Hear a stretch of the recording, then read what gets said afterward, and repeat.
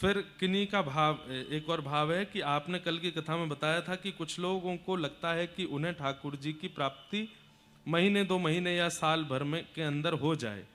मुझे उनकी प्राप्ति की इच्छा तो नहीं, किंतु मुझे भय रहता है कि ठाकुर जी मेरे चित्त से चले ना जाएं और मेरे लाल जी को मैं भूलूं ना।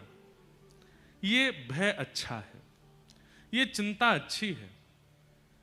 कई लोगों को तो फर्क ही नहीं पड़ता, पर आपको ये चिंता तो बनी हुई है। ऐसी चिंता का एक प्रसंग आता है।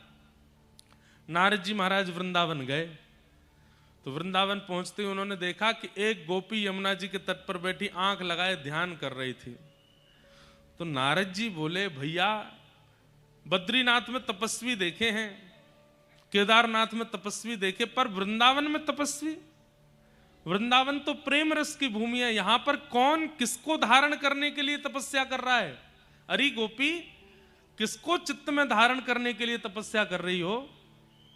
गोपी ने नेत्र खोल करके कहा, नहीं नहीं नारद जी, किसी को धारण करने के लिए तपस्या नहीं कर रही हूं। तो बोले, कन्हैया अड़ करके चित्त में बैठे हैं, और ये जब जब चित्त में बैठे रहते हैं, ना मैं रसोई का काम कर पाती, ना कोई और काम मुझसे बनता, इसलिए यमुना जी के तट पे आके मैं आंख बंद करके इनसे प्रार्थना कर रही हूं कि थोड़ी देर के लिए चित्त से चले जाओ ताकि मैं घर के काम करूं।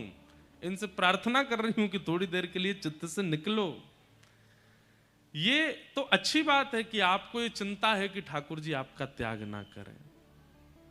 ये भय बने रहना अच्छा है, तो इसमें कोई बड़ी बात, बुरी बात नहीं है, अच्छी बात है।